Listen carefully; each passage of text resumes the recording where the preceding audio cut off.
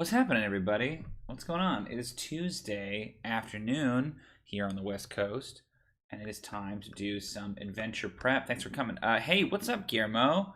Thanks for coming. I think I know which Guillermo this is, if this is the same one I'm thinking of, unless they're a different Guillermo, who's a friend of mine on Twitter. How you doing, David? What's going on, everybody? It's Tuesday. I've got a little bit of time here carved out, carved aside, not set aside, not carved out, carved aside, to do some adventure prep with y'all. Yeah, I've got a session of my Wild Beyond the Witchlight campaign coming up on Friday, and I need to do some prep for that. But I need to know, more importantly, what's going on with y'all? What's happening with Guillermo and David right now? Talk to me. What's happening? How's life? How are your games going? Yeah, so if you've not been to one of these before, basically I'm in the process of running Wild Beyond the Witchlight, and I am just, in classic Dungeon Master style, I am just laying the tracks a couple of inches ahead of my players as they come chugging along. And they were exploring the Feywild realm of Thither, which is the kind of like heavily forested sort of,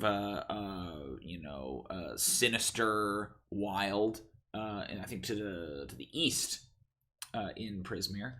And I kind of assumed they would sort of follow the plot, and they'd go meet the kind of Peter Pan-esque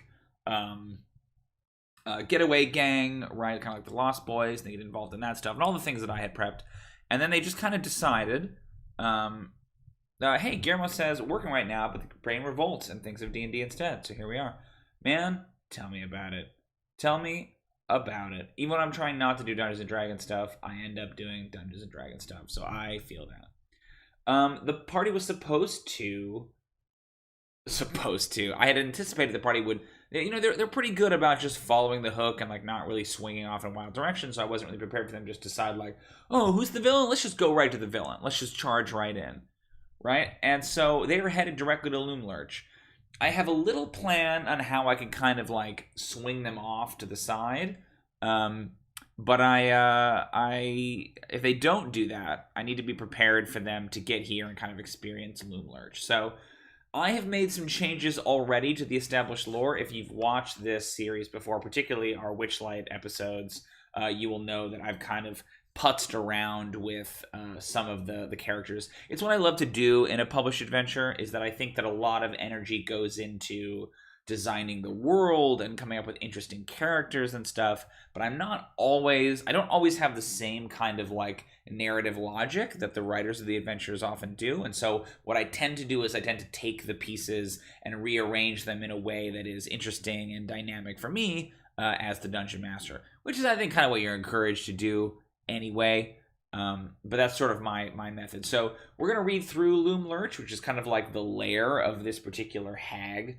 that rules this one of the three splinter domains of Prismeer, and we're just going to kind of appreciate it, see if there's stuff we like, stuff we don't like, things we want to move around, changes we want to make it work better with our characters and with the story that I've set up. So far, the only thing that I think is majorly different that I can think of, the party is coming to Prismeer because, in sort of a Coraline, other mother kind of a plot, they were all children in this small town, and their parents basically swapped with the people who run and work the Witchlight Carnival, right? And then when the Witchlight Carnival went back into the Feywild, they have now come into the Feywild after the carnival to try to track down and rescue their parents from this like Fey bargain that they got in, where every 8 years, they swap.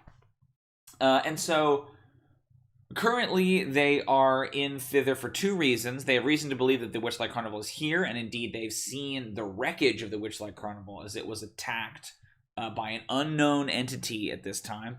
I know who attacked it, but the players don't.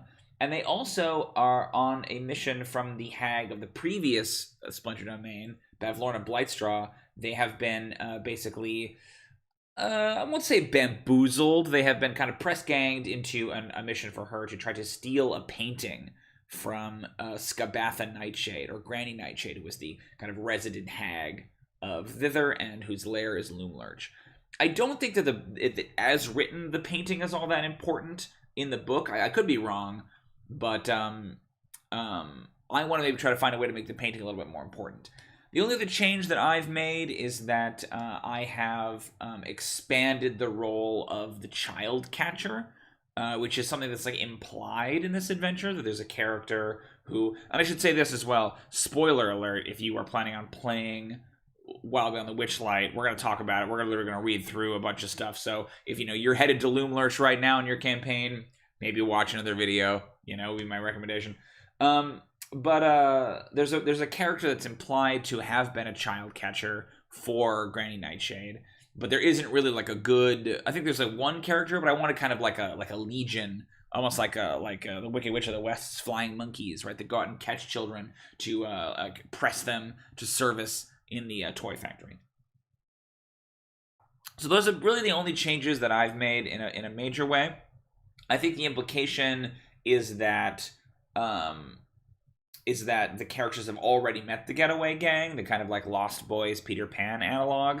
My characters might do that, depending on whether or not they bite a hook I'm going to throw at them. If they don't, then they will probably, I'm thinking they might meet them here as the Getaway Gang springs a kind of like ill-conceived jailbreak attempt on the toy factory. But with all that out of the way, let's dive in and just see what we've got here in Loomlurch. So, Granny Nightshade's lair is built around a twisted workshop carved out of the interior of a giant oak that has fallen over, okay? The workshop is operated by kidnapped children who are allowed a small measure of freedom to carry out their labors. Has the following physical features. 8 feet high, sturdy wood, all doors are unlocked. Floors, walls made from the wood of the giant tree are openable but are lashed shut from the inside, okay. It's interesting that the doors are unlocked when she's like holding children prisoner. Approaching Loomlurch, forest at its darkest, a colossal dead oak lies on its side. These living trees grow naturally out of its fallen remains. Their shapes resemble towers with candlelit windows twinkling in the gloom and wooden balconies encircling gnarled branches. Firelight spills from a pair of quaint storefront windows, illuminating a clearing filled with market stalls. Okay, that's interesting. Oh, yeah, that's right. There's a goblin market. I think I knew that. Characters arrive near the root bridges. Anyone observes the workshop. Diminutive figures prowling.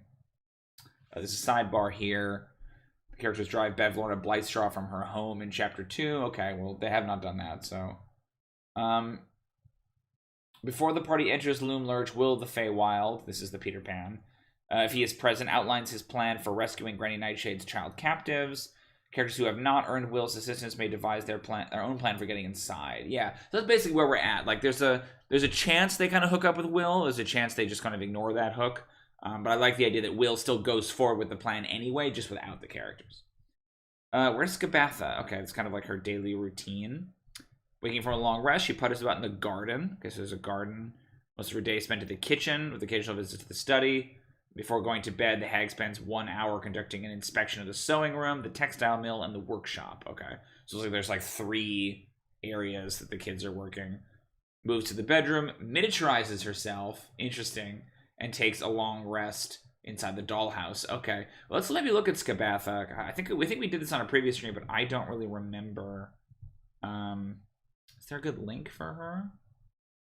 Because that one doesn't seem to be working. Oh, here we are. Okay. Skabatha Nightshade. Whenever I switch pages, my computer is old, and it doesn't like that I jump around a lot when I stream, so apologies if there's some lag. Okay, Skabatha Nightshade, CR8. This is one thing I think is interesting, is that whenever they do a hag in the books, those hags are never, like, one of the types of hags. They always just, like, come up with their own thing.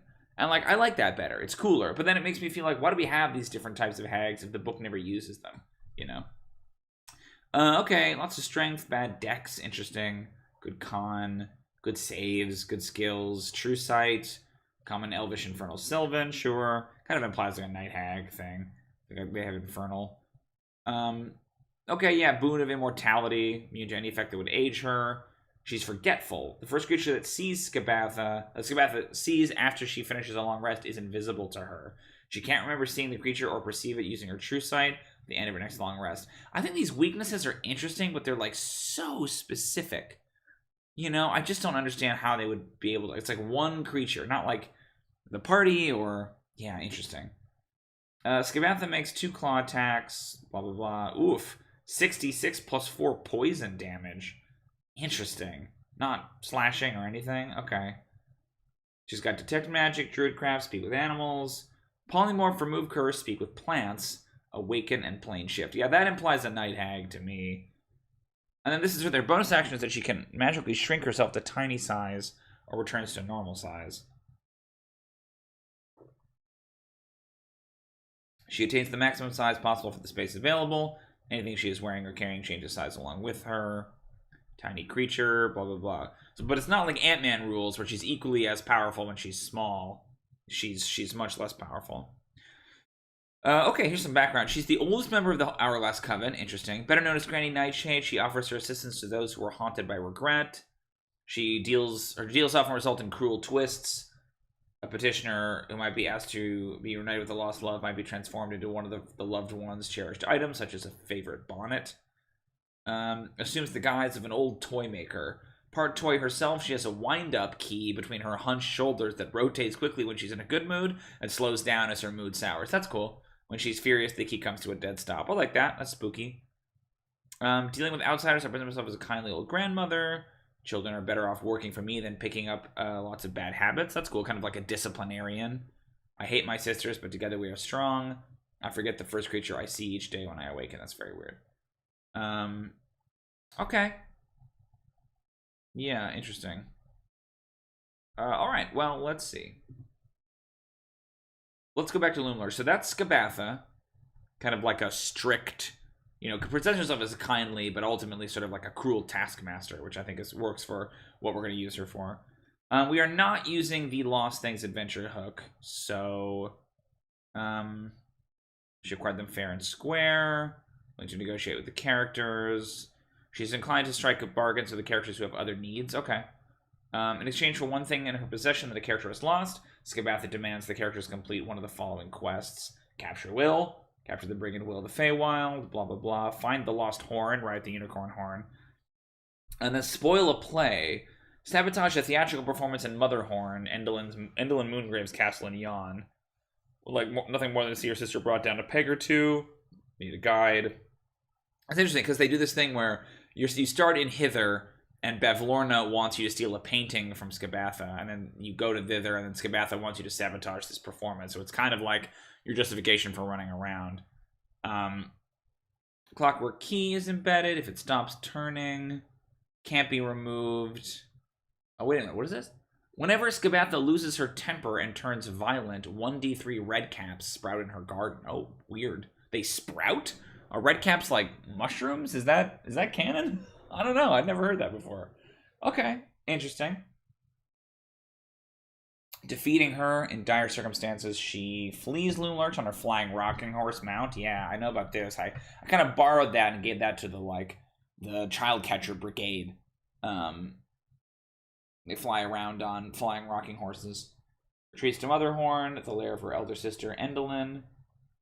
If Skabatha is slain, a beetle emerges from her rotten flesh and whispers Endelyn Moongrave's weakness. What? Endelyn fears eclipses, not just real ones, but symbolic ones as well.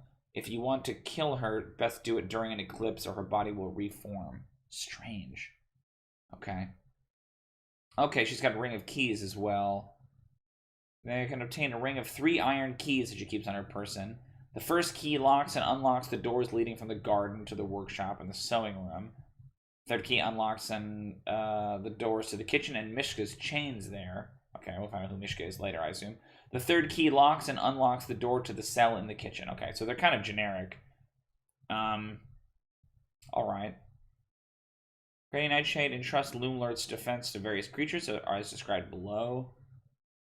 Except for the red caps, have orders to capture intruders alive and bring them before her. Okay. The despair of Loomlurch's children has given rise to 6 boggles. I actually don't know what a boggle is in D&D context. 3 in area L4 and 3 in area L12. Aren't loyal to the hag, yet she tolerates them for the distress they cause the children. What's a boggle? Okay, weird little goblin-y things. Interesting. They make a puddle of oil that's either slippery or sticky. Okay. Interesting. That's this dimensional rift power. Dimensional rift bridges the distance between that. The boggle creates an invisible and immobile rift within an opening or frame it can see within 5 feet of it, provided the space is no bigger than 10 feet on any side. The dimensional rift bridges the distances between the space and a point within 30 feet of it that the boggle can see or specify by distance and direction. While next to the rift, the boggle can see through it. What is this power? That's very strange. Are the little bogies of fairy tales? How does this...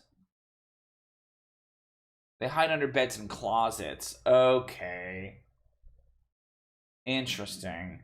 A weird mechanic. Guillermo says the forgetfulness of the hag might mean there's someone in the workforce that works to be the first seen by them and run free around the workshop. Ooh, yeah, a makeshift little king. That's cool. Like, somebody is, like, aware of it and constantly exploits it. I like that. Okay, let's keep that in mind. Maybe that's already in there. Maybe not. But I like that being very applicable. That there's, like, somebody who's, like, vexing them. Scabatha's weakness. Let's do that at 12 font. 11 is a little small. Scabatha's weakness. Good thinking, Guillermo. I like that. Is there someone in Loom Lurch who has exploited this?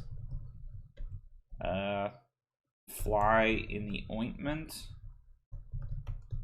who lazes around and doesn't do their work. One of the kids, maybe? It's kind of interesting. There's, like, the kid who, like, could maybe try to free them, but instead just hangs out and eats her sweets or whatever. Okay, those are the boggles. We'll probably get to them later. Cradlefall is a green dragon wormling. Oh, that's cool. Look at that picture. Oh, that spooky box. Ugh. There are 3 of these boxes. Okay. Box is 3 feet on a side, has a hinge lid. So sure, it's a jack-in-the-box. Turn metal music box mounted on the wooden box's inside wall. Causes the music box to play a 10-second tune. As the final note sounds, roll the d8. If the roll is 3 or lower and Cradlefall has not yet been defeated, the wormling bursts out like a jack-in-the-box, attacking creatures he considers his enemies. Okay. Oh, sure, you can teleport between them. Interesting. Okay. Strange. They make a point of saying that, like, while he is not hiding in a box, or no, while anything he is holding to another closed box in Loom Lurch. So it's like, okay, but what does he have? Does he have something? Maybe they'll talk about that later. I don't know. Whenever her wind-up key runs down, her anger boils over, causing 1d3 murderous redcaps to sprout. Are too hateful to serve as guards, so Scabatha sends them scuttling off into thither to wreak havoc. Till she does so, they remain in area L15 and attack other creatures on sight. That's kind of cool, but I feel like you'd be in a scene with Scabatha when that happens. So would you really even notice that, you know? Huh. Okay, tin soldiers. Oh, that's cool. Like, little, like, toy soldiers. I dig that. They obey, because it's a toy factory, right? They obey Scabatha without question. 6 of them remain in the barracks, and the remaining 4 patrol the balconies outside. They charge forth to investigate any suspicious activity they see or hear, meaning they're easily distracted. Lost children. Over the years, Scabatha's minions have lured children from the Witchlight Carnival to thither, allowing the hag to trap them in her workshop. Locked in an eternal battle with hardship, these unfortunates never grow old and have no hope of escape. Keeps the children safe and healthy. Yeah, right, the rule. So I have a little bit of a different thing in mind. Obviously, the children are safe still, but, like, the children are actually adults that have traveled to the Feywild, and the way my Feywild works is that you kind of appear however you would like to appear, you know, whatever your idealized self is, and so a lot of these adults they want to return to their youth, and so they imagine themselves to be children, whereas if a child goes into the Feywild, they do imagine themselves as a grown-up. So the characters are children, but they have kind of imagined themselves to be adults, and so there's kind of like Narnia rules, like they're adults here, right? Whereas the adults who went into the Feywild because of this pact with the carnival, they have turned into children. And they have now been captured and are held here. So one thing I should probably do is I should go through and change a lot of these lost children to be their parents and stuff. Lost children. Parents. Replace these characters with the party's lost parents and family. I mean, there can still be a mix of them, right? Some of them could be other villagers that we just never met in the beginning of the campaign. So we've got Karu's parents. We've got Izumi's parents.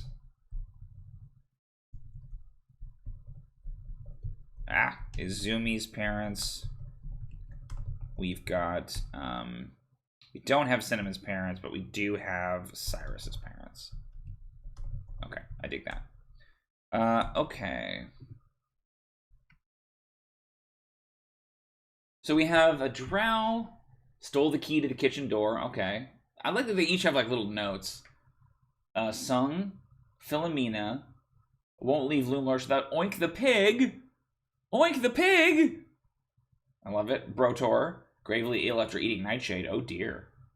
Pud, secretly loyal to Granny Nightshade. Interesting. Roth, stole a pouch of Dust of Corrosion. I don't know about Dust of Corrosion. What's that do?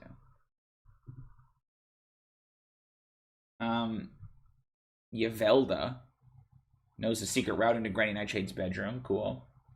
Caliban, sure, funny. Pogo, and there's Mishka. Ooh, chained to work. Okay, sure, she's chained. That's why there's a key. I see. The Lost Children tale identifies the children currently held captive inside Loomlurch and their locations. You can move about the lair at your discretion. They stay clear of danger and play no role in combat. All of them are chaotic good. Children free from Granny Nightshade's tyranny have no easy way to return home. They can take refuge at Little Oak's treehouse, sure, with the getaway gang. The dwarf Elkhorn insists on remaining in Thither to care for the children if no one else will. If Sibylna is freed from her status, she returns the children to their proper homes. Okay. Okay, here's our map. Ooh, look at the little tin soldier in the corner. That's cool. I like that. Okay, it's actually not that big in terms of like a dungeon. You know, I dig that. That's cool. I felt like Bavlorna's cottage was big and full of like empty-ass rooms with nothing to do in them. Okay, so it looks like we're starting down here at L1 with these like root bridges, and then there's L2 is this marketplace, and then we're kind of like moving our way through. There is some verticality, it looks like. Oh, sure, so L5 is both here and there, so it's supposed to be the garden. And then 6. But you can see like 18 and 12 and 16 are all, I think, like meant to be stacked. Okay, because it's got the trees. I wish there was like a better visual representation of this. Like the map's cool, but like more like a cross section almost. But okay, let's dive in. Root bridges, the same features. A gnarled bridge formed by tangled tree roots. It spans a rocky, dried up riverbed. They creak. Okay, that's cool. Nice and simple. Creatures stationed in the Goblin Market are alerted. They take no action immediately, but can't be surprised. Okay. Goblin Market. Oh my gosh, look at this dude. Whoa. Chucklehead. What is going on with his face? Weird. Okay. The characters can enter this area from the Eastern Root Bridge. 3 stalls selling candy are situated in this clearing, lit by windows carved into the giant fallen tree.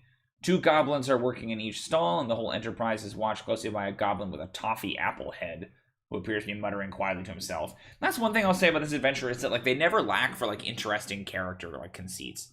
Sometimes I think it gets a little bit too random, where there's like not enough connection between the different ideas, but like for the most part, I think it works.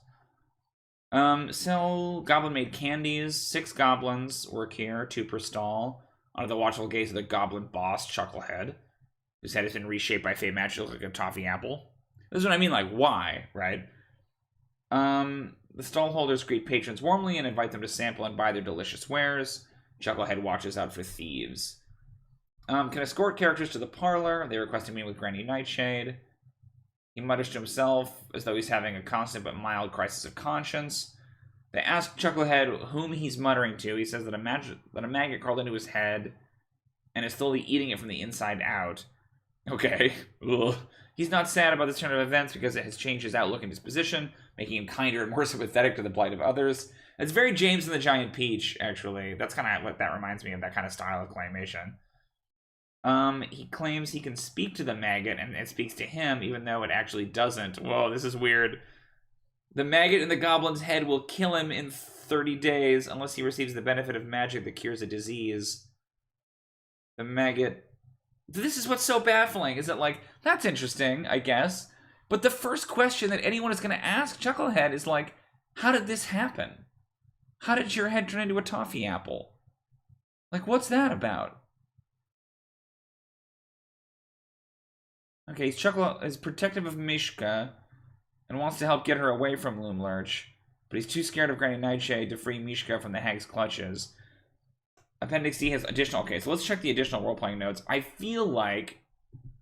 I don't know. If I was a player character and I met a goblin who had a toffee apple for a head, I would ask, hey man, what happened? Real name is Fug. Okay. Strong affection for Mishka. Treats her like the younger sibling. He resists any attempt to remove the maggot that lives in his head. Uncaring, self-serving person he was previously. I get angry when people make fun of my head. Okay, reasonable. Not all goblins are the same. I mean, look at me. Mishka is like my little sister. I don't know how Granny Nightshade treats her. I don't like how she treats her. The maggot showed me my true self. There's nothing. Why does he have a toffee apple for a head? Okay, well, let's talk about that, maybe. Chucklehead. Why does he have a toffee apple? So what I've been doing is that I have the like laws of the Feywild be a little bit more tangible. That like there are consequences for it. And Chucklehead watches out for thieves. Then let's do how. He once stole from the market, and the merchants tattled on him to Skabatha. She told him, she turned his head into toffee apple. So that's actually Skabatha then. But I like it being a deal, right? And said that once he catches a thief, his head will turn back into a normal goblin head. Twist is he doesn't want this. He doesn't want this because he likes the maggot eating his brain. Okay. Merchant stalls. The goods sold here are delicious, but made from disgusting ingredients. Beetles encased in hard candy, lollipops made from compacted ants, and jellied worms. The stall holders charge 1 trinket per treat. Poor Chucklehead. And the maggot is like a reverse Jiminy Cricket, and in 30 days he'll be rotten to the core. It says here he'll die, but there is something interesting about it doing the opposite. I also appreciate your pun there, Guillermo. If a creature eats multiple treats and gets the same effect twice, extend the duration. Yeah, okay, so this is if you eat them. But I wonder then maybe you say that, like, if you steal them. Goblin Market. If you steal a candy, you're cursed to become a candy. But if you just eat them, musical notes can be heard up to a range of 30 feet. Eating the candy causes you to foam at the mouth, making it difficult, not impossible to speak. They leave indelible stains on anything you touch. Your head swells to twice the normal size. I mean, again, I think it'd be very easy to say that, like, one of these is your head turns into a toffee apple, right? And then that's kind of like a sly little hint about it. But nope. They make your head grow bigger. You shrink as though affected by the reduced effect of an enlarge reduce spell. Fireflies are drawn to you. You grow as though affected by, sure. You form as a butterfly. Okay, yeah, that's kind of fun. Little small 1 hour long things. Okay, L3, the parlor. This chamber is nestled between the walls of twisted roots, through gaps in which you can see the eerily beautiful woodland surrounding you. A closed wooden door stands opposite the root bridge that leads into this room, in the center of which are 4 armchairs encircling a small table laid out for a tea service. A painted wooden box, okay, sure, this is the one with Cradle Fall in it, on a side rests in a corner. A crank protrudes from one side. If Bavlorna retreated, then she's here, okay. Oh no, her bobbing lily pad, which like they attuned to, but then left behind, which I think is crazy. She's in area L14. Ooh, 3 of the armchairs are mimics. Okay, cool. They're magically compelled to remain in this room and adhere to creatures only when Granny Nightshade orders them to do so. They're trained in non-lethal combat. Characters reduce to 0 hit points when the mimics are stable, but rather than dying, giving the hag a chance to decide what to do with the unconscious victims. Right, Cradle Fall. Tea with Granny Nightshade. Okay, so if you have a meeting through Chucklehead, do they say that? You can arrange a meeting? Oh, they request. Yeah, sure. Can I escort the characters to the parlor? Got it. I missed that part. Or pin cushion. Interesting. Not sure who that is. We'll find out. The door creaks open. A little old woman totters forward. She's a grimy, old-fashioned shawl, and her skin looks like gnarled bark. A large iron key extends from her back, ticking rhythmically as it rotates. Sit down, children. Let's have some tea. Obeys the rule of hospitality. Presents herself as a kind host. Keen to know why the characters have paid her a visit. Bargaining with Skabatha. Winds up her key. Littler threaten her. Orders her mimics to adhere to her guests. I see. So it's kind of like that's her insurance. I dig that. Oh, that's all. That all works for me. A scroll of Speak with Plants. A set of 4 silver teaspoons. That's actually funny. There's a plot line in the story about like commemorative spoons. So I will change that. There's a joke where one of the characters was stealing something from somebody else, and you know the one character was stealing something from the manor of another player character. Sorry, and the player character who was being stolen from is very wealthy, and so I described like you see these commemorative teaspoons, and they took one, and then there was this whole scandal about, oh my god, one of our teaspoons is missing. So yeah, I like the idea of the parlor having commemorative teaspoons. Commemorative teaspoons. Okay. Workshop. Alright. Are closed but not locked. The door to L5 is locked, and Granny Nightshade is the only key. Okay. Flickering lanterns illuminate a cluttered workshop filled with soft, ambient music produced by bells and chimes. Parts of toys are heaped on the tables. Leering dolls' heads, half-built rocking horses, unpainted wooden balls, and the stuffed limbs of soft toys. Okay. A stove at the back of the room holds a saucepan of smelting metal. 3 doors exit the workshop, and 2 storefront windows overlook it. The ambient music is a permanent magical effect, can't be heard outside the workshop. 3 young children are gathered around a wooden work table. The eldest, a drow boy, prances on the tabletop with a bar of soap in one hand, while a halfling girl and a human girl giggle at his audacity. Makes captured children craft nightmarish toys in this workshop. 3 children are present when the characters arrive. Null, Sun, and Philomena. They've been the hag's prisoners for longer than any of them can remember and are wary of grown-ups. If the characters barge into the room, Philomena panics and runs to get help from the tin soldiers. All 3 creatures want to escape the hag. All 3 children want to escape the hag's clutches, though Philomena weeps as she's forced to leave without her beloved piglet Oink, who was kept in the pig pen.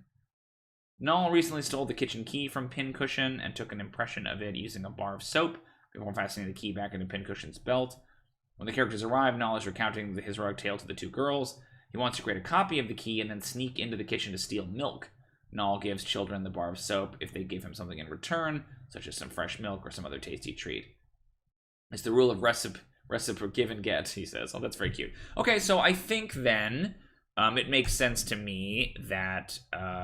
oh, shoot. Hold on. That Null is actually Karu's father. Because he is a thief. Karu's father is a thief, just like Null found in, what is this, L5 or L4? L4. Okay, I dig that. I'm not sure about Sung and Philomena. I want to read through all the kids before I decide which of the other parents, but this is like clearly a good one.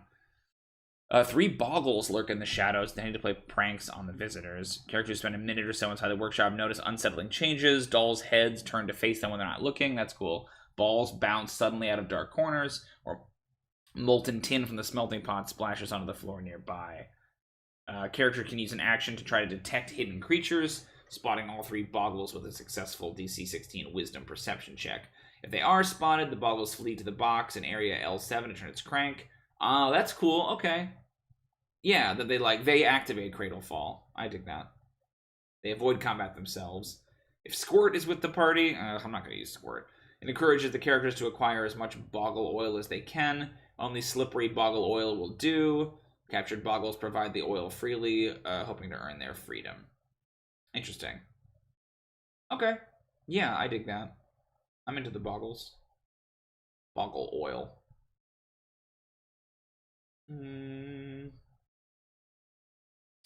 Window displays. Ooh, these are fun. A set of nesting dolls in which each doll looks more frightened than the larger one. This is the cool thing about Curse of Strahd too, is all the spooky toys. I think they're very good at doing spooky toys. A stuffed lion with needles for teeth and red bloodstains around its jaws. Yikes. A toy windmill with a crank on one side that turns the vanes in the millstone. A set of playing cards depicting leaping children. A wind-up drunkard doll that totters a few paces and then falls over. 4 finger puppets depicting an arguing family. A 1-foot-tall wooden guillotine. A tiny wooden box containing 8 sticks of black chalk. Okay, weird. Alright, L5. Granny Nightshade's garden. Okay, so this one is locked. Are locked, and Granny Nightshade is the only key sure to keep the kids locked in. 3 balconies overlooking the garden connect to areas L8, L9, and L12, respectively. Okay. Excuse me. A woodland basin filled with plants and fungi stretches out along one side of the fallen tree. Yeah, okay, that's that northern side.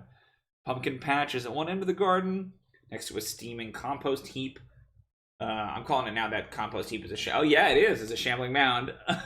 I was like, that's definitely a shambling mound. And goats at the opposite end. Bedraggled scarecrows, cool. Oh, that's right. Yeah. Hang from tall wooden stakes in the basin's wooden slope. 2 ground level doors and 3 balconies provide entry to the hag's lair. Cultivate ingredients for her potions and candies. A few hours here each day tending to her plants. They won the game of hide and seek in the Witchlight Carnival. Nobody did, alas. Animal pens. Contain 7 goats, 5 adult pigs, and a small piglet named Oink. Oink. A shambling mound, yep, remains motionless until it is disturbed or until it rises to attack. The mound is motionless instead of combat, has advantage on its initiative roll. Moreover, if a creature hasn't observed the mound moving or acting, that creature must succeed on a DC 15 Wisdom Perception check to discern the mound is animate. Granny Nightshade earlier took a cutting from a shambling mound's root stem, binding it to her service. If a character uses a Speak with Plant spell to communicate with the shambling mound, it's kind of cool because the scroll tells the characters it must obey the hag until it is stolen. Character promises to return the root, stops attacking, and waits here for the characters to come back. If it's brought back, it goes on a rampage through the garden, destroying and devouring everything it can while leaving the characters and their allies unmolested, and shambles into the forest, never to return. Okay, I like that. That's cool. It's kind of corner case. Unlikely that it'll come up, but I'm into it. Let's see. Many kinds of Feywild fungus, 5 of which have useful magical properties. That's cool. Oh, these are fun. Honestly, it's even just like nice to have like these are some mushrooms in the world. Butterfly saddle. Tastes like bright yellow toadstools.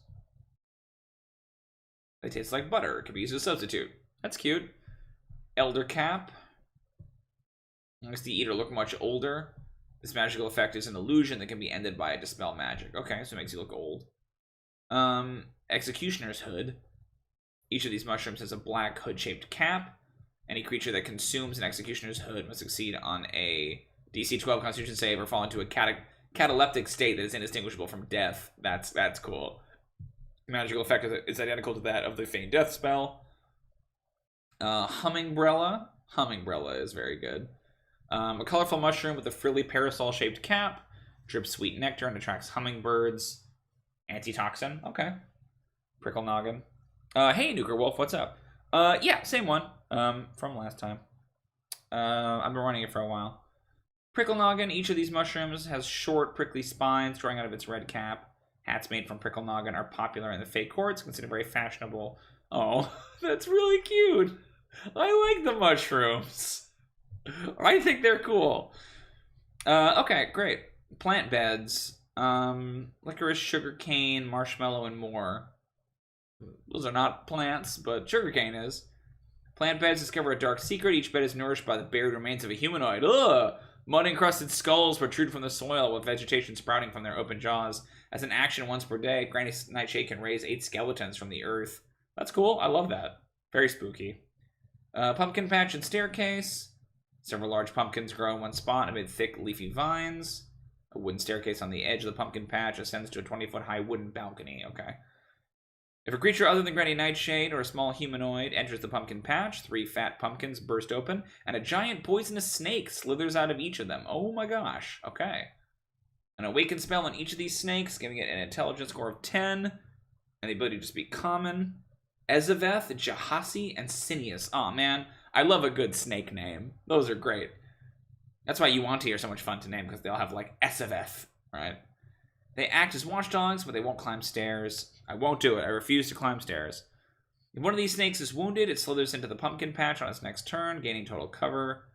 On subsequent turns, it tries to hide and has advantage on dexterity stealth checks as long as the pumpkin patch provides cover. That's cool.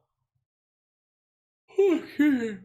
I don't know why I get so yawny during these streams. I'm not bored. I just yawn a lot. Maybe I'm talking so much? Who knows? Screaming Scarecrow. 5 scarecrows are staked in a line near the pumpkin patch, and a detect magic spell reveals an aura of abjuration magic around each one. If an intruder moves within 50 feet of any of them, all 5 scarecrows scream loudly enough to alert anyone inside Loom Lurch. Each scarecrow is a medium object with AC 11, 5 hit points, vulnerability to fire damage, blah, blah, blah. So it's not a monster. It's just like an actual object. That's interesting. Okay, L6 is the rocking horse. I just want to go back and look at the map really quick. I think the whole garden is great. I don't think there's anything to change in there. Pardon the delay while I scroll back up to the map. L6. Okay, this is outside of the place still, on the other side of that route. Okay, cool. Sorry for the delay. All right. Forced to flee Loom Lurch on her flying rocking horse. Modify the... But what do they scream? I think they are like sentries. They alert, right? To alert everyone inside. I think they just scream, you know. Ah! Maybe they scream for ice cream. I'm not sure. A rocking horse moves back and forth near the door. Peeling paint covers its limbs, and its rocker is thick with moss. A rictus grin is painted on its face. And near a protruding root is a painted wooden box, of course, 3 feet on a side.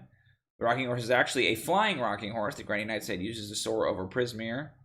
The horse is positioned so that it can attack trespassers who approach the door. Any character who gets within 5 feet of the rocking horse notices a depression on its forehead. Any character who succeeds on a DC 10 intelligence check can correctly intuits that a horn was protruded from this depression. The rocking horse used to be a unicorn named Eladon until the hags of the Hourglass Coven turned it into an obedient construct. If a character finds Eladon's lost unicorn horn and places it on the rocking horse's brow, the curse is broken, and the rocking horse magically transforms into the unicorn Eladon, who appears at full health. Eladon is happy to repay the characters for their heroism. Eager to return to his mate, Lamorna. Convincing him to join the party requires a successful DC 17 Charisma Persuasion check. Cool. Whether he stays with the party or not, Eladon intends to honor the rule of reciprocity and offers to use his magic to aid the characters in the following ways before parting company with them. He can use his healing touch action to treat wounds, teleport himself. Yeah, I know how unicorns work. And then the wooden box with the crank is where you can find Cradlefall. Okay. Tin Soldier Barracks. 10 brightly painted structures resembling tiny wooden houses line the walls of this room. Each small house has a 3-foot-high hinged door. 4 of the doors are open and the other 6 are closed. A narrow staircase ascends the circular wall. Near the foot of the stairs is a painted wooden box. God damn, they love these wooden boxes. Each small house is designed to hold one of Granny Nightshade's tin soldiers. 4 soldiers on patrol in areas L8 and L12. The remaining 6 tin soldiers are inside their domiciles behind closed doors. I love that they're short. They're 3 feet tall. The tin soldiers burst from their houses and march forth if they hear combat in this room or an adjoining area. Yeah, look at them. Oh, man. Those look awesome. Those are so cool. The beat of a drum erupts from out of the woodwork as all 6 small doors spring open at once. A troop of cask-shaped tin soldiers marches into view. A drum waddles behind one of them on stocky... the drum! That's so good! I love that stuff. That's really fun. The drum is a small animated object. DC... I hate when they do this when they're like, these are the stats of the drum, but we're not going to make a stat block for it. They hear the beating drum, gain a +2 bonus to their damage rolls. That's cool. The drum is destroyed. Every tin soldier is stunned until the end of their next turn. I like that. That's cool. Okay, workhouse dormitory. This is L8. There's tin soldiers here, yeah. 2 3-foot-tall tin soldiers patrol the balcony outside this room. This dormitory nestles in the tree boughs and has round windows overlooking a wooden balcony. Lining the walls are 10 child-sized bunks outfitted with patchwork quilts and straw-stuffed pillows. A young male dwarf lies in one of the bunks, coughing and drenched in sweat, while an older lad mops his brow with water from a bucket. 2 doors exit the room. One leads to a balcony, the other deeper into the tree. Granny Nightshade's workers sleep in these bunks. When the characters arrive, 2 children are present. Brotor, the male hill dwarf, and Pud, a human. He's poisoned. He fell gravely ill after eating nightshade from the garden.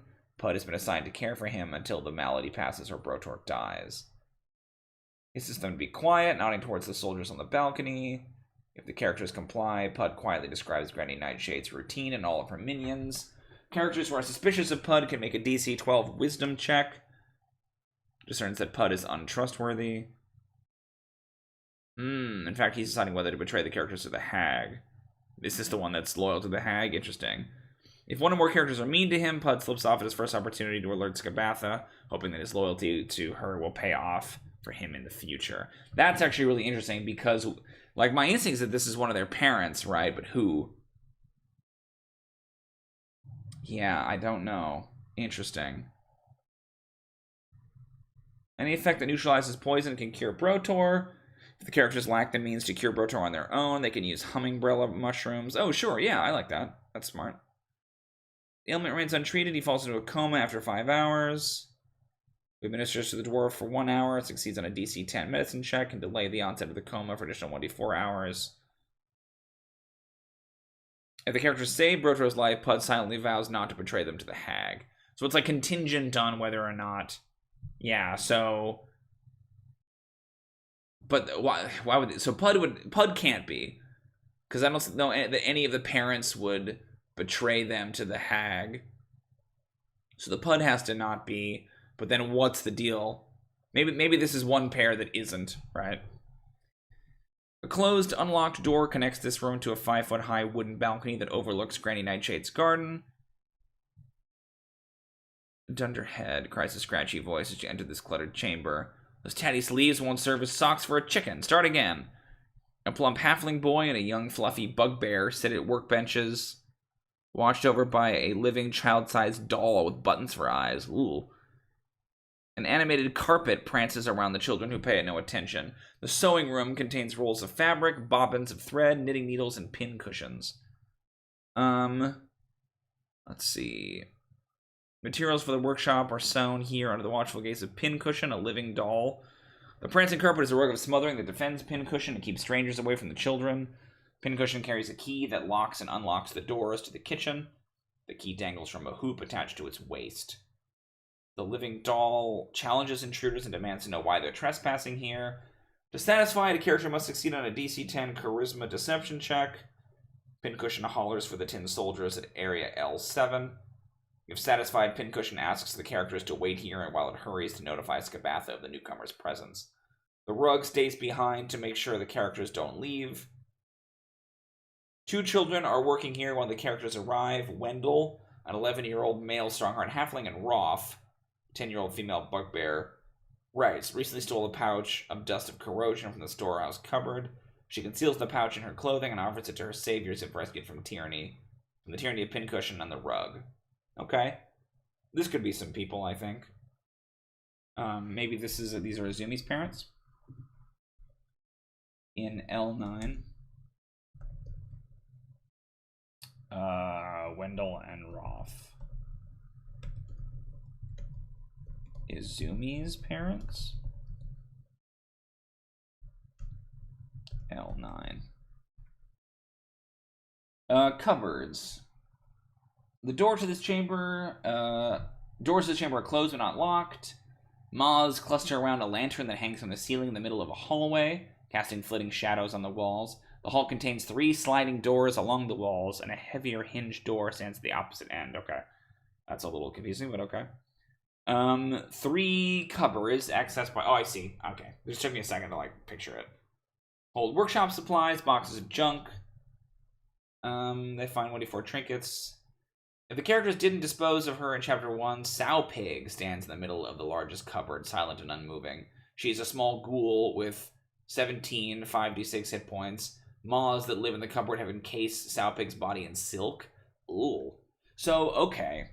So we have, instead of just Sow Pig, so Sow Pig is the child catcher.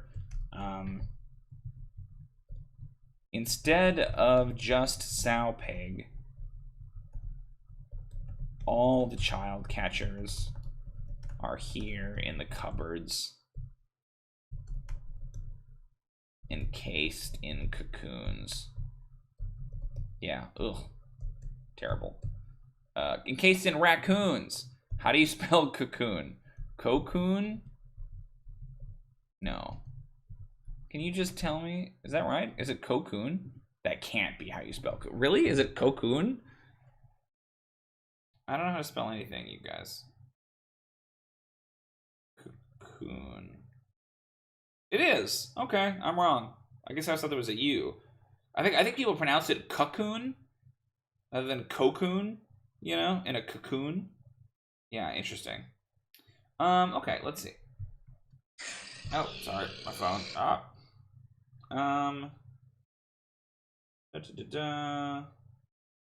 Let's see. The characters didn't dispose of her in Chapter 1. Sow Pig stands here.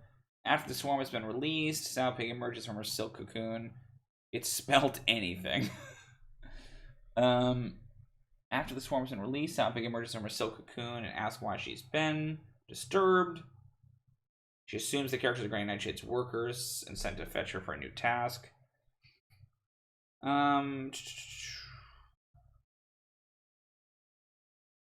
Oh. Get out of here, David. There's the door. Get out of here. Please don't go. Okay, yeah, I think it's just like where you find the child catchers when they're not out there. Yeah, you will see yourself out. Get out of here. Okay, family tree. The door to L10 is closed and not locked, but the areas to doors L6 and L13 are both locked. Carries keys to both of these doors, and pincushion is a spare key to area L13. And this room climbs 20 feet to a landing that ends outside area L12. So some of the specifics of it are a little hard for me to picture, but okay. It's a room with 3 doors and a wood-carved staircase that ascends to a higher level. Okay, this must be one of the tree. The walls are a dense tangle of tree roots and brambles. Nestled among them are 5 animated portraits. Here we go. Okay. One of a svelte, dark-haired woman, and the others depicting hags. A truly ancient and terrifying hag, Baba Yaga, the mother of witches. A toadish hag, Bavalorna Blightstraw. A skeletal hag wearing a black theatrical contraption resembling a dress, Endlin Moongrave. A hag with a wind-up key on her back, 1 empty eye socket, and a wooden eye held in her hand. Let's go at the Nightshade. And a svelte, dark-haired woman with a commanding presence, her appearance matching that of the Tasha mannequin outside the Hall of Illusions, the Witchlight Carnival. So that's one I want to change. I have really fucked around with the story of the hags. That Zabilna, Baba Yaga's painting is Zabilna. Tasha's painting is oh my gosh, Eliwick. So there's a character that you meet in the Witchlight Carnival named Eliwick Tumblestrum, and she is a planeswalker. She's like in the magic lore, right? and she seems like kind of a Tom Bombadil style character who's gonna like guide you through, but she doesn't. She just randomly pushes you into the Feywild, and that's the extent of it. And it's like, I don't understand how, and then she never comes back. She's never referenced again. So I have made that character really important, and she has basically replaced Tasha, and she's kind of the character who is like edging the party along towards the plot, because they're a little bit hard to motivate sometimes. And so my lore is that Sibylna is the mother, is the Baba Yaga, and that there are 4 sisters, one of whom left Prismeer to go to the material plane and be an adventurer and takes on the guise of a gnome.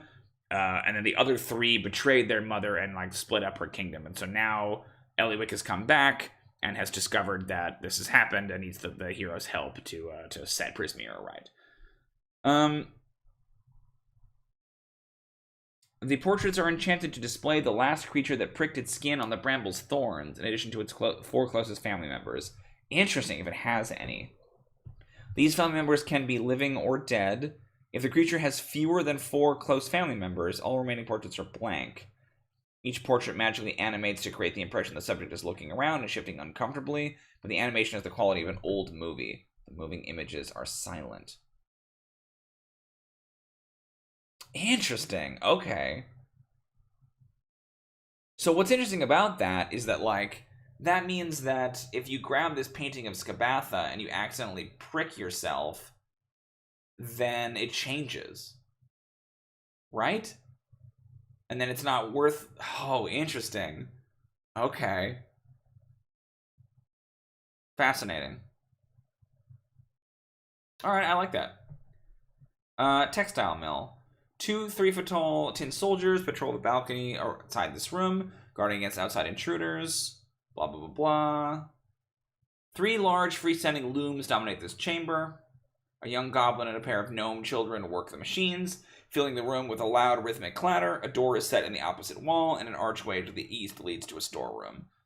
Skabatha Nightshade visits the textile mill to check up on her workers. The looms are used to weave fabric for the sewing room and the workshop. They are large, treadle-driven machines. Treadle-driven machines? I don't know that word. I assume it's like a pedal. The storeroom contains spools of yarn. Blah, blah, blah. 3 boggles play tricks on the child workers when no one else is around. Hidden in the corners of the room. Spot the hidden boggles doing so with a successful DC 16 wisdom check. Fearful glances. Squares in the party. Yvelda, an 8-year-old female goblin, Caliban, and Pogo. Eager to escape Loomlurch and won't converge. If the characters ask the children for help navigating the hag's lair, Yvelda reveals that she knows a secret route to Skabatha's bedroom.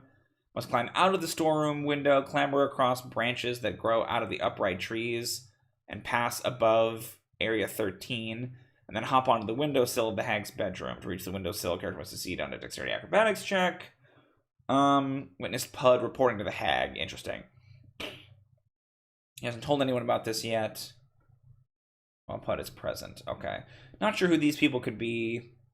I might want to, like, mix them up. I probably wouldn't want to put, like, I feel like one of Izumi's parents is in here, you know?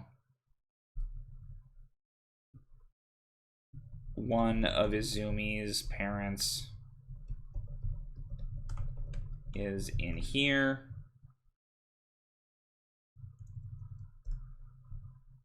It's here. And then, like, one of Izumi's, or hold on, is, let's go back. Sorry, I just gotta figure out, like, which ones are the parents, which is a little bit, like, unfun to watch. I think it's L9. I forget which room the sick kid is in. The dormitory, okay. Dormitory is here.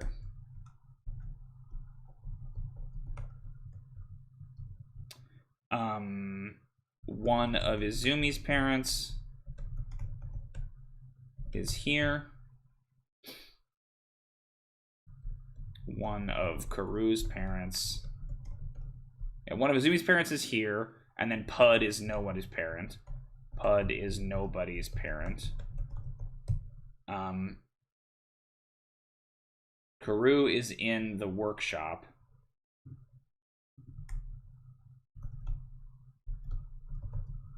Karoo's father is here. Father is here. Along with Izumi's other parent. And then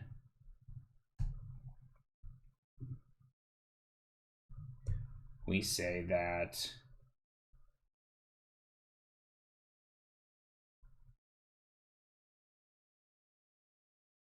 textile mill, who are we still missing? Karoo's mother. Mother is here. Worried about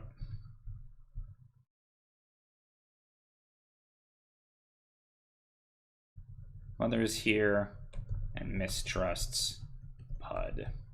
Maybe you flip it. Maybe you do Izumi's other parent is here. Oh no, you gotta do Karoo's. Okay, it's fine. Yeah, Karoo's mother is here. Okay, got it. Okay. La la la la. All of that out of the way. Okay. Thanks, everybody. Sorry about that. I just got to get that sorted. L13 is the kitchen. This one is locked. Squalid kitchen is carved out of the tree trunk of the fallen oak. A large clay oven sits in the middle of the room, surrounded by crowded shelves laden with forest fungi, jars of pickled grubs, animal skulls, and moldy cookbooks. Sickly sweet vapors emerge from a cauldron that rests atop the oven. A human girl shackled to a work table is hard at work peeling potatoes. Set into the floor nearby is a padlocked iron grate through which you hear a gruff male voice say, "Are those potatoes I smell?" Okay. So the young human girl, I think we're going to say, is Cyrus's grandmother. Kitchen. Cyrus's grandmother. Grandmother is Mishka. Mishka. Cool. So the green dragon is here. That's what's for time in this room. Grand Night Shadows of Scullery Maid. Sorry, I'm doing that thing where I'm mumble reading. Mishka has managed to escape from Loom Lurch twice, only to be tracked down by Cradle Fall and recaptured both times. As an action, a character using thieves' tools can pick the lock on Mishka's ankle.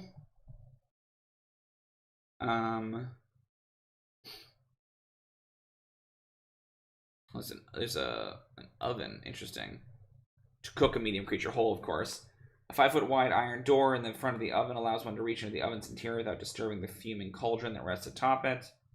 The oven's flames are produced by a fire elemental that is bound inside the clay enclosure. Its coal black eyes are visible inside the flames to anyone who peers inside the oven. While it is trapped in this manner, the elemental can't be targeted or harmed directly. Any creature that enters the hot oven or starts to turn inside takes 2d6 fire damage. Character can try to shove a medium or smaller creature into the oven. Shoving a creature. Blah, blah, blah, blah. Waits in the kitchen for Grand Nightshade to appear, then attacks her. Oh, if the oven is reduced to 15 hit points. That's cool. Okay, so you can, like, free it. I dig that. Trapdoor and cell. A 3-foot square padlocked iron grate covers a 5-foot deep, 5-foot wide cell built into the kitchen floor. The walls of the cell are made from 1-foot thick clay bricks. Carries the padlock's only key. Imprisons her most hated enemies inside the cell, which is filled with muddy water to a depth of 3 feet. The cell currently holds a bedraggled and grumpy dwarf named Elkhorn, one of the members of the adventuring band. Oh, sure. Okay. This is the other thing that I've done is I've gotten rid of any of this nonsense about the cartoon.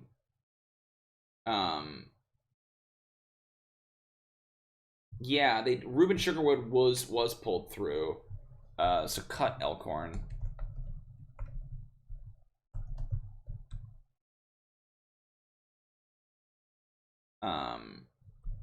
Cut Elkhorn. Replace with Reuben Sugarwood. The halfling. Sow pig. Captured. Okay. If Elkhorn is freed. Yeah, all this bullshit that I don't care about. Happily joins the characters if he is freed from his cell. He's wearing his armor and his shield. Who cares? Is nearly full to hot of melted candy. Bubbles gently. Can spill the contents. Cookbooks. Brew a potion. Okay, cool. The study. All right. A staircase runs along the wall of the circular room and climbs to an upper level. Tucked behind curtains of moss and ivy are numerous bookshelves bearing ancient tomes, and built into one of the bookcases is a tall oval mirror in a wooden frame. Flickering candlelight emanates from the eye sockets of a human skull resting on an open roll-top desk. Scabatha Nightshade spends part of her day here. At present, she is seated at the writing desk and scribbling notes to herself while cursing various unappreciative child workers under her breath. Bavlorna Blightstraw fled downfall. She did not. The shelves contain books of Feywild lore, all written in Elvish. There's just a withered frog's body stitched into its spine. Kissing the frog or stroking it with a moistened finger causes the frog to croak the book's title in Elvish. What? Yuck. All things sticky, slippery, and sweet, written for children, illustrates and describes substances that would fascinate them. Phantasma Demento's Codicil of Conundrums. It's a lavishly illustrated book of fate puzzles and riddles. Answers to the puzzles and riddles are written in invisible ink. That's cool. Last Laugh of the Nilbog is a thin, illustrated book describing Nilbogs, who are capricious face spirits that possess goblins, foment chaos in goblin society. Yeah, it's backwards, right? So goblin, et foe, hugal, tsal. Use their magic to drive others to the opposite of what they desire. All the book's writing is backwards. Pity He's an Elf, a collection of illustrated short stories about an elf adventurer named Athan Hourglass, who travels the Feywild and befriends dangerous creatures in surprising ways. The Queen's Gowns, sure, that's kind of a penthouse letter kind of a vibe. The Queen's Gowns depicts and describes famous gowns worn by the Summer Queen, with the sides written by the gown's equally famous designers. Tales from the Gloaming Court is a set of 11 hefty green-covered illustrated books filled with stories and illustrations of Feywild intrigue that shed light on the sealy and unsealy courts. Chapters 3 and 8 are missing from Scabatha's collection and can be found in Chapter 4. That's pretty cool. Three rules to rule by is a thin, dog-eared book that describes the rules of hospitality, ownership, and reciprocity. That's cool. Twilight Tides is a fat, wrinkled book about navigating the oceans of the Feywild. This is cool. I love all these books. After 2 books were stolen from her collection, Scabatha placed wards on every one of the remaining books. Turns to ashes instantly. A detect magic spell reveals an aura of abjuration magic around each book. Shelved among the books are hundreds of scrolls that bear no magical wards. They describe encounters with individuals who struck bargains with Scabatha. The show's a magic mirror. Roll-top desk contains quills, ink, a human skull fashioned into a lantern. Treasure, World of Wanted poster. Yeah. Make you as strong as an octopus. Funny. Who can rightfully claim this reward is better off not doing so if it comes in the form of a potion that if drunk gives the imbiber the strength score of an octopus. The effect lasts until the creature receives the benefit of a remove curse spell. Varnished human eyeball. Sure. Haggai. A black feather quill. Magic reduces its own ink. A tiny clockwork toad. Okay. Anyone who licks the toad has poison on a saber be poisoned. I'm sure that's a real danger. People constantly out there licking these toads. To one side of the giant toppled tree is a grove of bearded willows on the bank of a murky woodland pond. A patch of tilled earth spreads beneath their boughs. The caps of several red toadstools are just beginning to emerge from the loam. The toadstools are the tips of the hats worn by 6 redcaps that are forming under the earth. Any creature that tries to pick a toadstool causes its redcap to rise up out of the earth, outraged at being awakened early. Okay, I see. So it's not from the garden. Yeah, weird. He stops turning. This is where they sprout. They're hostile towards any creature other than Granny Nightshade. If they're offered a gift, it accepts the gift and becomes so angry at the thought of having to reciprocate that it clutches its chest and keels over dead. That's great. I don't know why you would give them a gift, but I love that. Nuker Wolf says one of the scrolls about deals may refer to the townsfolk or the Snake Dad. Good memory, Nuker Wolf. Yeah, that's great. Yes, so the conditions of the Snake Dad are written down. Okay. Good memory. I love that. So which room is this? This is the study. Good thinking. I was so excited about the red caps falling over dead. Study. One of the scrolls contains information about both the Witchlight Carnival and the Snake Dad problem, revealing it was never Bavlorna who put the curse on their father, but instead Skabatha. Okay. We're not a little too far. Okay, Granny Nightshade's bedroom. We're close, folks. We're close. 2 closed doors. Neither door is locked. Almost everything about this room is orderly, from the bed to the patchwork quilt to the ornamental pigs arranged in a neat row on the dresser. Such tinyness is at odds, however, with a decaying dollhouse sitting on a bedside table. This 3-foot-tall edifice has seen better days and is now besmirched by peeling paint, mold, and rot. Hey, Guillermo. As someone who's licked a shiny rock to see if it was a chunk of ice or a diamond, don't overlook licking the toad. Yeah, you know what? If I had a group that would lick the toad, it might be this group. I could absolutely see that. I could see that for sure. Lick the shiny rock to see if it was a chunk of ice or a diamond. I guess you know it's ice if it's cold? Couldn't you just feel if it's cold, Guillermo? Why does the tongue have to get involved? And if it is ice, wouldn't your tongue get stuck to it? Huh. Okay. Interesting. What does a diamond taste like, is my other question. Behind the dollhouse, by the window... Oh, I'm going to sneeze. Moths flutter inside a large bell jar. Facing one another along the outer wall are a pair of doors. Wooden rocking cradle with a neatly folded blanket in it. She's asleep inside the dollhouse in her miniaturized form. Granny Nightshade is sleeping. A character must succeed a DC 12 dexterity stealth check to sneak up on her without waking her. Talking to the dollhouse also. But why does she do that? It's fully enclosed rather than being open at the back as a normal dollhouse would be. A tiny creature can enter the dollhouse through the front door or one of its windows and explore its interior, which is a gloomy foyer, a parlor, a kitchen, a dining room on the ground floor. You can also lick to test if it's bone. What does bone taste like? These are very strange observations y'all are making. I guess I've never licked anything. Well, you know, not to like see what it was. A parlor, kitchen, and dining room on the ground floor. 2 bedrooms, a sewing room, and a non-functional bath on the second floor, and a spooky, spacious attic. Any items his lost things are transformed into or kept in the dollhouse's attic. There were many ways to tell. I chose the absurd one. Oh, Guillermo. Here's the part that I missed about that story. I thought that was you as a human who had licked a shiny rock to tell if it was ice or a diamond, not your Dungeons & Dragons character. That makes so much more sense. I was like, what context are you in your real life where you have access to either ice or a diamond and not knowing the difference? Your tongue will stick to bone, but it won't stick to rock. Is that true? I want to like find a bone now and test this theory. Really? Why is that? Are there like little hooks in the bone or something? Interesting. Or pores maybe?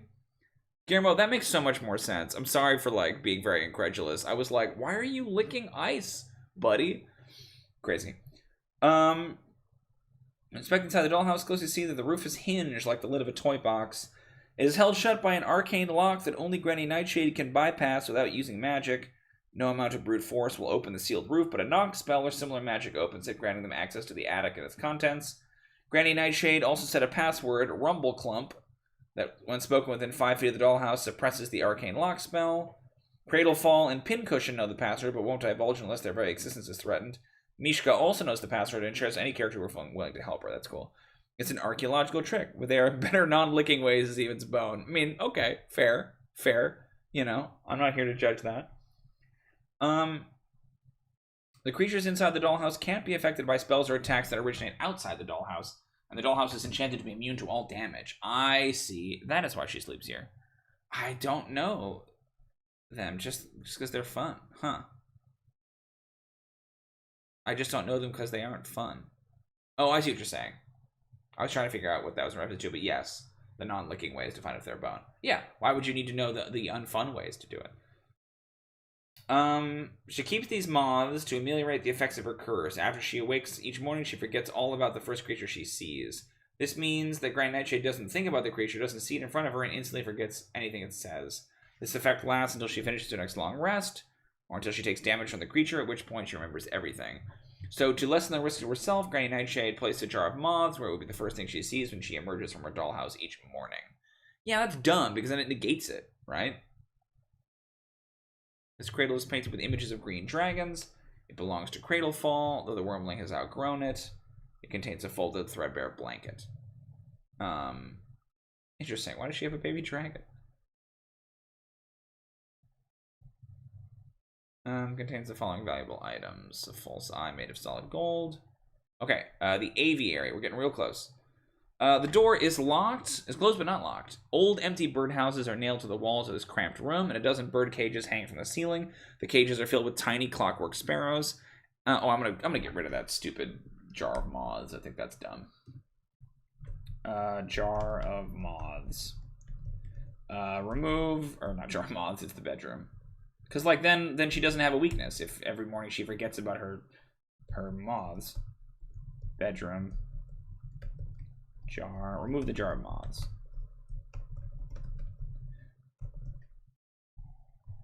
The door to area L16 is closed but not locked.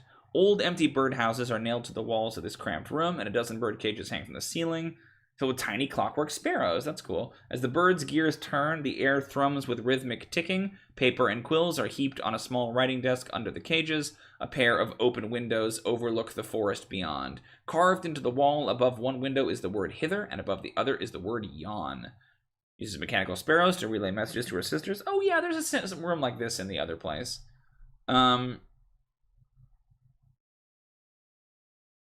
Oh, cool. There's some letters, though. Love that. Okay, sister. I don't have Eladon's horn. If I did, I would use it to free Bloody Beak and send it after the Jabberwock that lairs in the palace and hunts in your forest. No matter what Endelyn says, that burbling beast of a dragon is a threat to our coven and our three realms. How Zybilna managed to befriend it, I'll never know. Maybe we should ask her. Haha. Much love, Lorna. Lovely Scab. The last time I saw the unicorn horn, it was in your possession. Pity you lost it. But fret not, I have gazed into the orrery of tragedies, and it has revealed to me that Eladon's horn will be found. If worse comes to worse, recall that Eladon's mate still dwells in your forest. You could kill Lamorna and take her horn, assuming, of course, you're not too busy making toys. Your darling sister, End. Dear sister, there's no use in asking Endelyn if she has the horn. She doesn't tell us anything. But if we don't find it soon, I fear what the Jabberwock will do after it gets tired of prowling the forest and turns its fiery gaze elsewhere. God's bodkins. That thing gives me nightmares. Must I remind you that we need a unicorn's horn to free creatures from the cauldron's time-freezing magic? It's not enough to know their true names, you know. Of course, my greater concern is that someone else finds the horn and uses it for exactly that purpose. What do you think Zybilna will do to us, we treacherous three, if she's no longer bound by her cauldron's magic? Your beloved sister, Lorna. Okay. Ugh.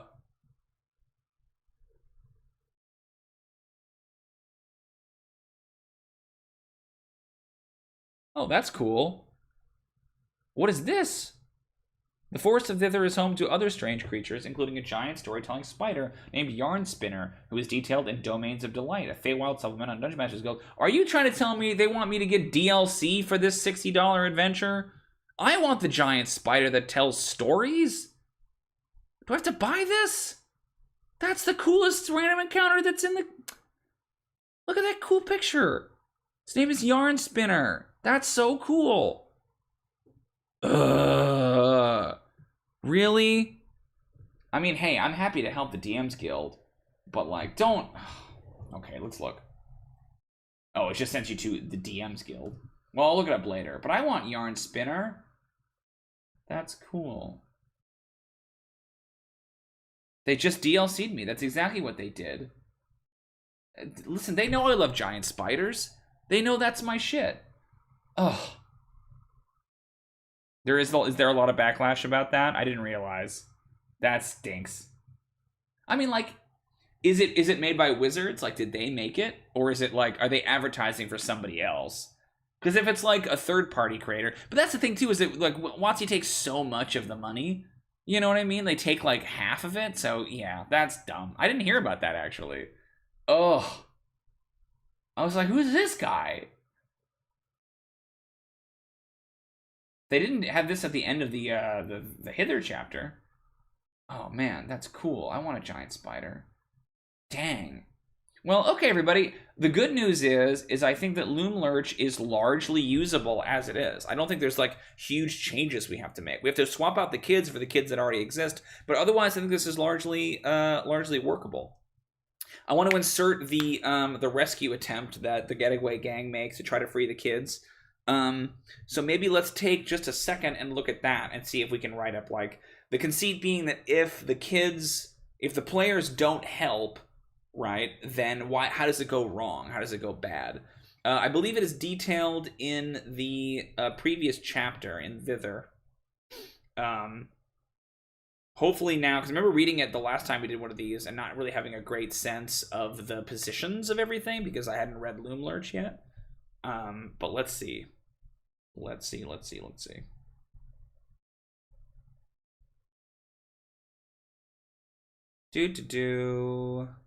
Sorry for all the scrolling. Sure, this is making this unwatchable.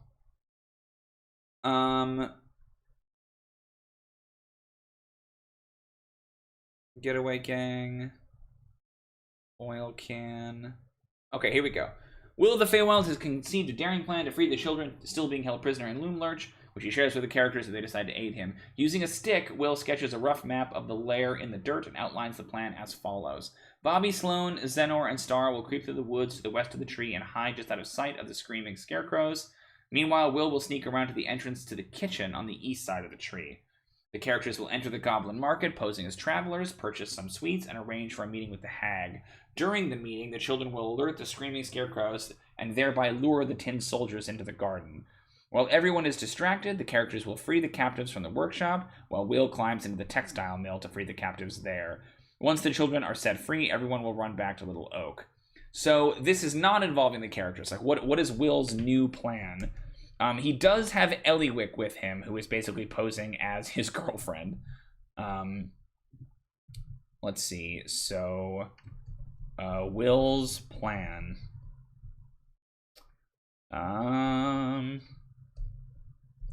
So I still like... He would basically split up his forces then. He would have 2 kids. Oh yeah, 2 of Cyrus's parents. So, okay, the approach.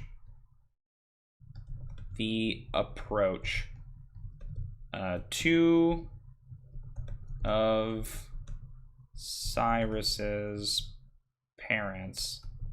Or yeah, Cyrus's parents creep into the woods and hide just out of sight of the scarecrows. Meanwhile, Will sneaks toward the kitchen. The distraction. Eliwick arranges a meeting with the hag. During the meeting, hold on, let's see. During the meeting, Cyrus's parents alert the scarecrows, while Will and the other children creep into the factory. The escape while everyone is distracted.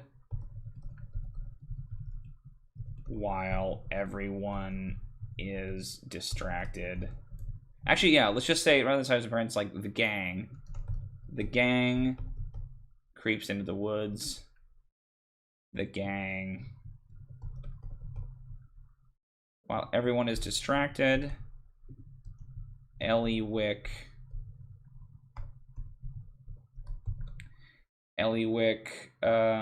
frees the captives from the workshop, while Will climbs to the textile mill